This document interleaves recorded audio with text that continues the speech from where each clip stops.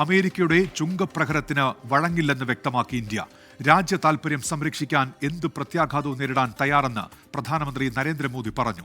Russian president Vladimir Putin ഈ മാസം അവസാനം ഇന്ത്യയിലെത്തും. അതിനിടെ അമേരിക്കയിലേക്കുള്ള കയറ്റുമതി കുറച്ച് ഇന്ത്യൻ വിപണിയെ ലക്ഷ്യമിടാൻ വസ്ത്രനിർമ്മാതാക്കളായ കിറ്റക്സ് തീരുമാനിച്ചു. റഷ്യയിൽ നിന്ന് അസംസ്കൃത എണ്ണ ഇറക്കുമതി ചെയ്യുന്നതിന് അമേരിക്കൻ പ്രസിഡന്റ് ഡൊണാൾഡ് ട്രംപ് ഏർപ്പെടുത്തിയ ചുങ്കപ്രഹരത്തിൽ ഇന്ത്യ വീഴില്ല.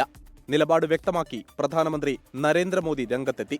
व्यक्तिगत रूप से मुझे बहुत बड़ी कीमत चुकानी पड़ेगी, लेकिन मैं इसके लिए तैयार हूं. मेरे देश के किसानों के लिए, मेरे देश के मछुआरों के लिए, मेरे देश के पशुपालकों के लिए आज भारत तैयार है. റഷ്യൻ പ്രസിഡന്റ് വ്ളാഡിമിർ പുടിൻ ഇന്ത്യയിലെത്തുന്ന കാര്യം ദേശീയ സുരക്ഷാ ഉപദേഷ്ടാവ് അജിത് ഡോവലാണ് അറിയിച്ചത്. 7 വർഷത്തിനു ശേഷം നരേന്ദ്രമോദി ചൈന സന്ദർശനത്തിനും ഒരുങ്ങുകയാണ്. അതിനിടെ അമേരിക്കയിലേക്ക് കുട്ടികളുടെ വസ്ത്രങ്ങൾ കയറ്റുമതി ചെയ്യുന്നതിൽ മുൻനിരയിലുള്ള കിറ്റക്സ് ചുങ്കപ്രഹരത്തിന്റെ പശ്ചാത്തലത്തിൽ ഇന്ത്യൻ വിപണിയിലേക്ക് ലിറ്റിൽ സ്റ്റാർ വസ്ത്രങ്ങൾ എത്തിക്കാൻ തീരുമാനിച്ചു. ഇന്ത്യയിലെ മാർക്കറ്റ് മാത്രം എടുത്താൽ തന്നെ ഇന്ത്യക്ക് നിലനിൽക്കാനായിട്ടുള്ള സാഹചര്യം ഉണ്ട്.